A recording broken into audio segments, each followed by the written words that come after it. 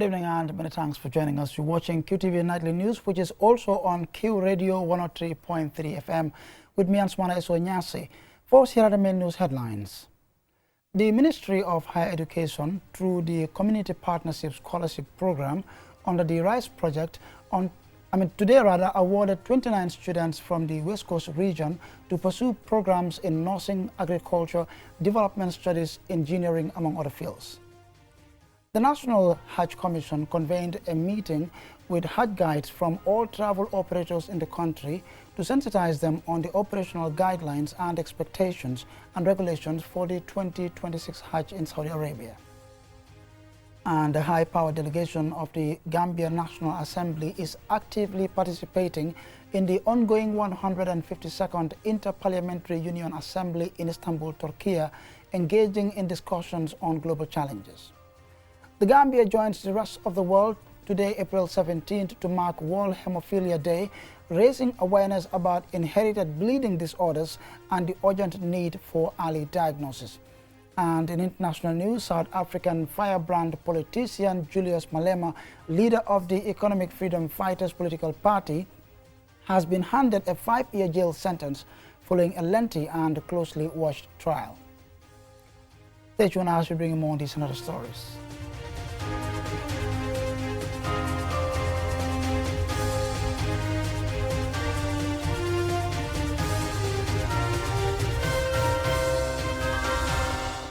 And now here's the news in detail. The Ministry of Higher Education, Research, Science and Technology, through the Community Partnership Program under the RISE project, on Friday awarded 29 students from the communities of Faraba Banta, Tujereng and Pirang to pursue programs in nursing, agriculture, development studies, engineering, among other fields. More with Pakaba Suso. Today is more than a ceremony.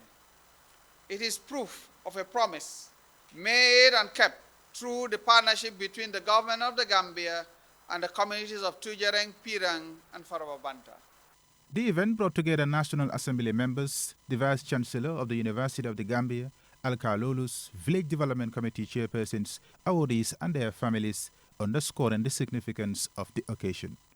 The event demonstrated the government's commitment through MOHAS to fulfilling its promises to beneficiaries from Pirang, Tujereng and Faraba Banta by promoting access to education and supporting community development initiatives under the RISE project funded by the World Bank. The Governor of West Coast Region, Usman Bojang, urged beneficiaries to make the most of the opportunity and give back to their communities and the Gambia. You have to find a way to give back to the community. Don't think that this award is just for you to go graduate and then go do things on your own. Yes, you can always do things on your own, but I'm going to challenge you, each and every one of you, to find a way to work with your VDC, to work with your community, come up as a team, especially after here. The VDC chairpersons from Tujereng, Faraba Banta and Pirang, Charnonjai, Prosper Demba and Pa Osman Toure expressed their gratitude to the government through MOHAS for its interventions. Initiative that they intend to bring to Tujereng is not only for the interest of Tujereng but for the interest of the country at large. The initiative has been well received and embraced by our community. It will help many underprivileged students realize their potentials in the fields of academics. This recognition is not simply an investment in your education, it is an investment in the future of your families, your communities, and our nation. The Minister of Higher Education, Research, Science and Technology, Professor Per Gomez, described the event as a major milestone in advancing economic transformation through education. He also elaborated on the scholarship package and the selection process.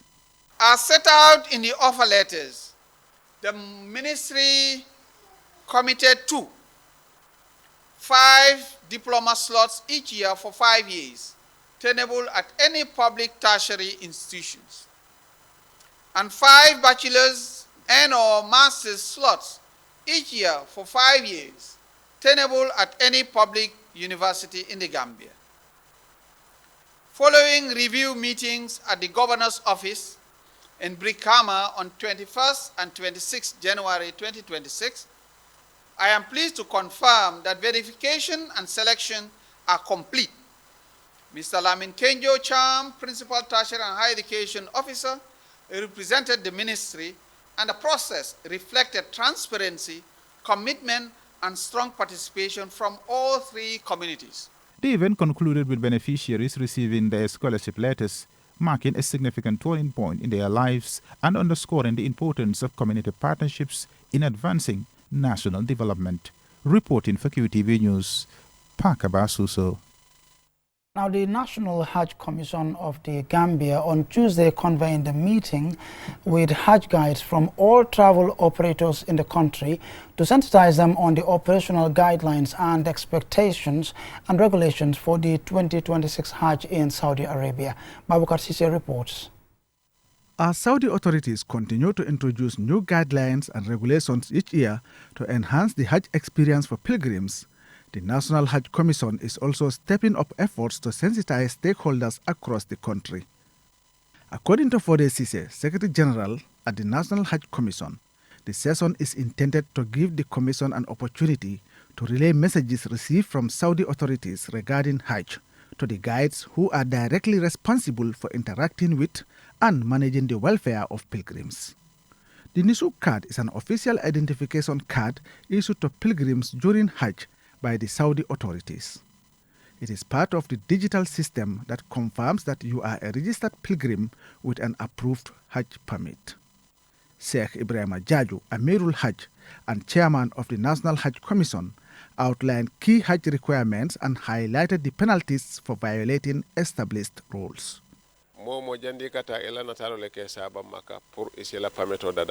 Your photograph has already been submitted to the authorities in Makkah and will be used to issue your Nusuk card or permit. Please take good care of your Nusuk card as it is the main document the police will check. You will not be allowed to perform Hajj without it. Do not give your card to a family member or anyone else for them to perform Hajj. If such an action is discovered, both you and the other person will face the same penalty. The minimum fine is equivalent to $6,000, about $380,000, and this may also result in imprisonment followed by deportation. These regulations are determined by the Saudi authorities and are not within our control. Good health is essential for pilgrims to properly perform all the rites of Hajj.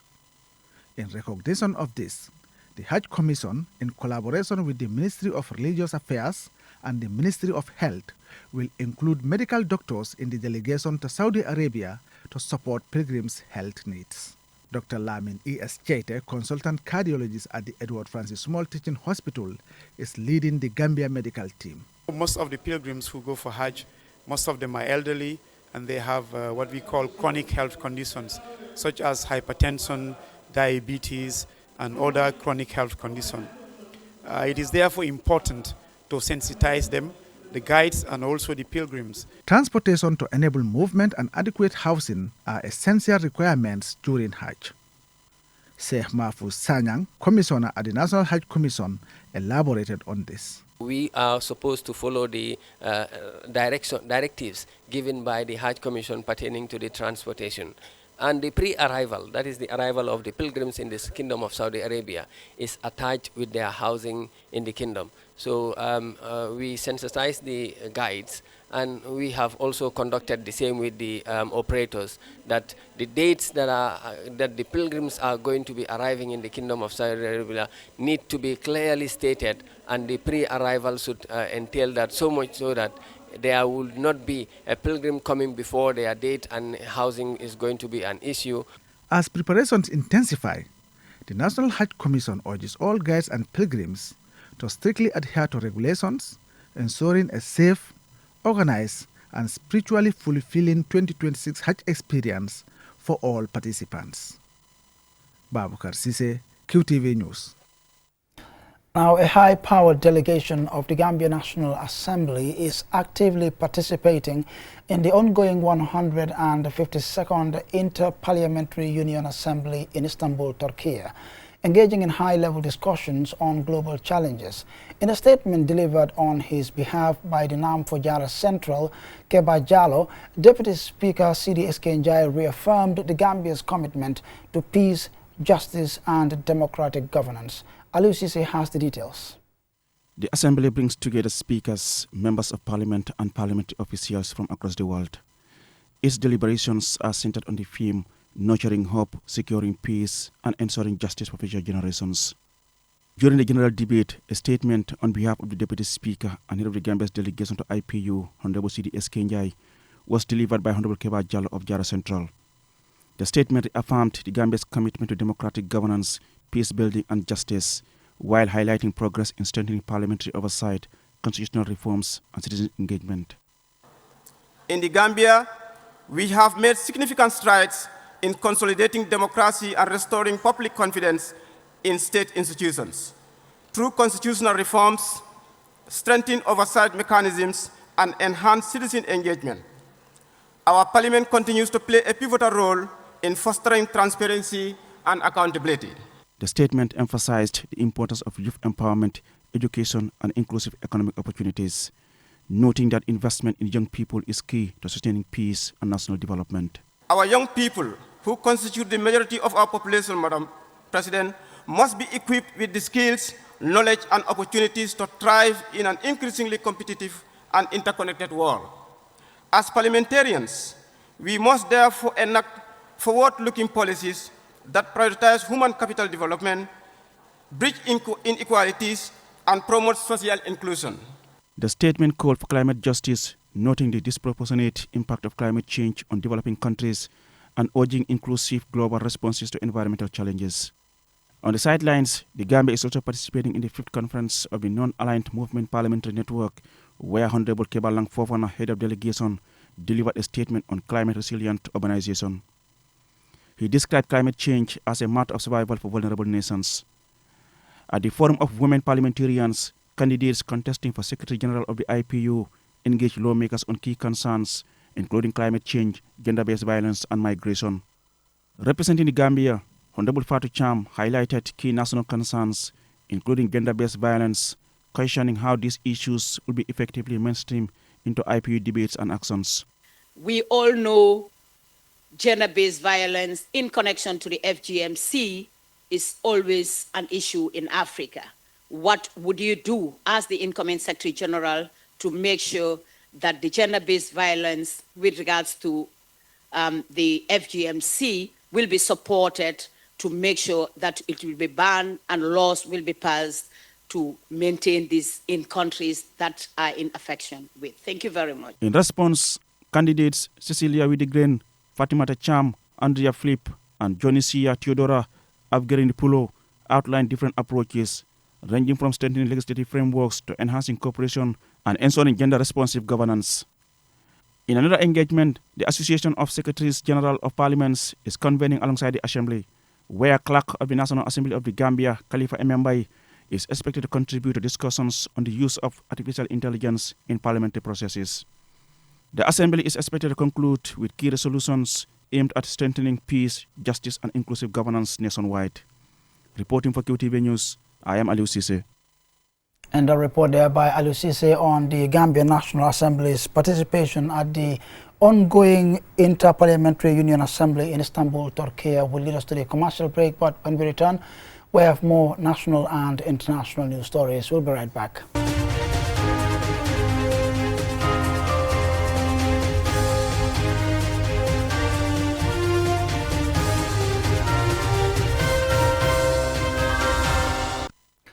Welcome back. This is QTV News with me, Answana Iswanyasi.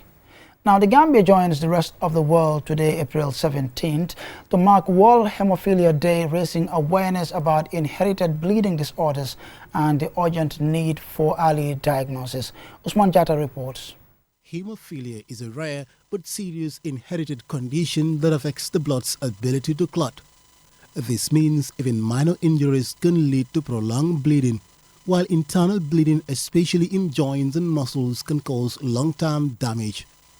The condition mainly affects males and exists in two main forms, hemophilia A and hemophilia B. both caused by a deficiency in coding factors.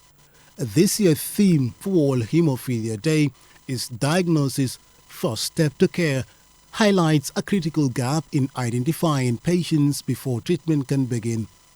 Common signs include frequent nosebleeds, excessive bleeding from cuts, and painful swelling in joints such as the knees, elbows, and ankles.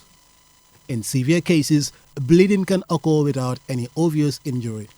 Globally, the World Federation of Hemophilia estimates that more than 75% of people living with hemophilia and other bleeding disorders remain undiagnosed, particularly in low and middle income countries. In the Gambia, access to diagnosis and treatment remains limited. There are few specialized laboratories and a shortage of trained hematology experts. As a result, many patients rely on referrals abroad, especially to neighboring Senegal, for advanced care. For families in provincial areas such as Farafenni, Bansang and Kudang, the situation is even difficult. Long distance to health facilities and limited awareness often delayed diagnosis, increasing the risk of complications. Efforts are, however, underway to close this gap. The Safe Motherhood and Hemophilia Foundation, established in 2019, continues to raise awareness and support early detection, particularly in rural communities. At the Edward Francis Moore Teaching Hospital, a digital initiative launched in 2024 is also helping to improve patient tracking and understanding of the disorder. Health experts say early diagnosis is key. Without it, patients cannot access life-saving treatments such as clotting factor replacement therapy, the standard method used to control bleeding and prevent complications. Despite medical advances globally, access to treatment remains uneven. Even in wealthier countries, only a small proportion of patients receive adequate care, highlighting a wider global inequality in health systems. As World Hemophilia Day marks over 3 decades of advocacy, stakeholders are now calling on governments and partners to invest more in diagnostic services, training and treatment availability. Because for those living with hemophilia, a simple test can mean the difference between life and preventable suffering. Osman Jatta, QTV News. The Gambia Police Force on Tuesday received a delegation from the Nigerian Army Resource Center in Banjul as part of efforts to strengthen regional cooperation and exchange knowledge on modern security challenges. Jilenjai has the rest of that story. The Inspector General of Police, C.D. Mukhtar Toure, welcomed the visiting delegation at the police headquarters in Banjul and discussed strengthening cooperation between the two institutions. He described the engagement as important, stressing that security challenges across the region require joint efforts and continuous information sharing. Welcome to the smiling coast of Africa. Welcome to the city of Banjul. And more specifically, welcome to police headquarters. This visit is very timely. The array of senior officers we have in front of us here goes to show the importance of this gathering. We've not made any mistake of choosing this tiny country to come here. We also have our own peculiar way of doing things and seeing things. So I'm sure by the time we finish up with this gathering, we must have a lot of takeaways, to carry along to Niger. That's also a country that some of us love so much. Some of our cousins, we did it there. We have our course-mates there. And then we've also met with most of them, in international arena, where we serve as international staff of the United Nations in peacekeeping operations. The head of the Nigerian delegation, Major General JJ, thanked the Gambia Police Force for the reception and called for sustained collaboration in addressing evolving security concerns. Deputy Commissioner of Police, Malang Jaju, later made a presentation on asymmetric threats, highlighting terrorism, cybercrime and financial crimes, and how security agencies can better respond. The meeting ended with both sides agreeing to maintain closer institutional ties and strengthen cooperation on shared security priorities. Reporting for QTV News, I am Juldenjai. Time now for international news in a moment.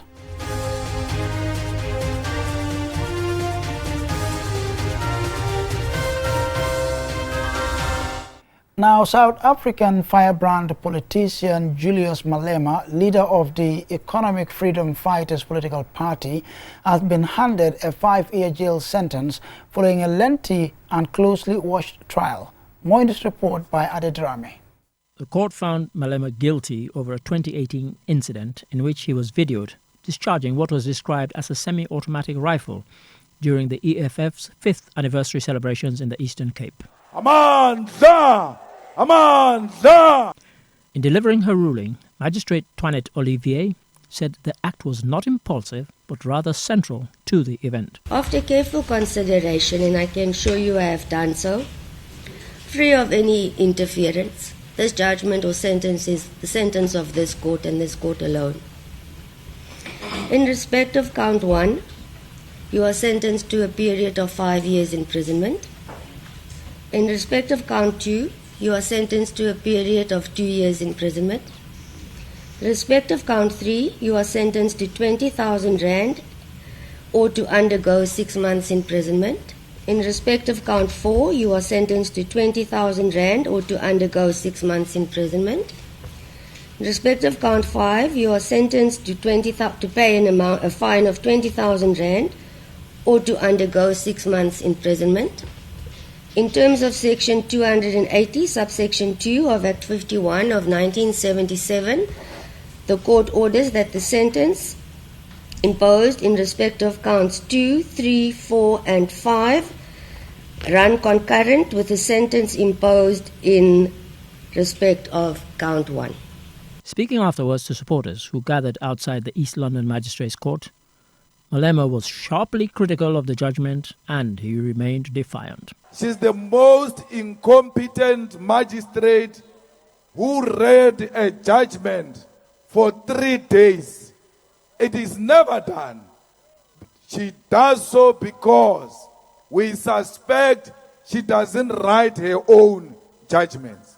While the prosecution argued that the act was unlawful and dangerous, Malema maintained throughout the trial that the firearm did not belong to him and that his actions were symbolic, aimed at energizing supporters at a political rally. State prosecutors argued against any appeal, insisting the sentence was appropriate. However, Malema's defense successfully pushed back, securing the right to challenge the length of the sentence in a higher court, citing, amongst other things, cases where similar charges led to a fine, not a custodial sentence.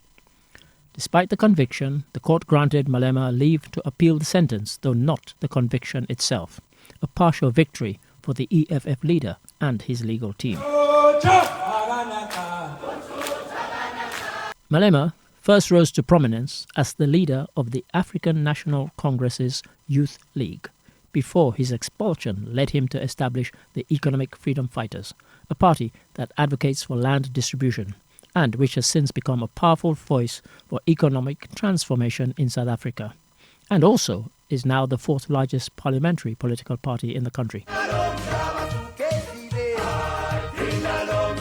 Outside the court, EFF supporters marched through the streets of Cape Town, professing Malema's innocence. Observers will be following the appeal closely, just as closely as they followed his trial. For Qtv News, I am Ade Darami. And I'm afraid this is where we draw the curtains on this bulletin. Do join us tomorrow, same time, for more news. Until then, on behalf of the entire production team, thanks for watching.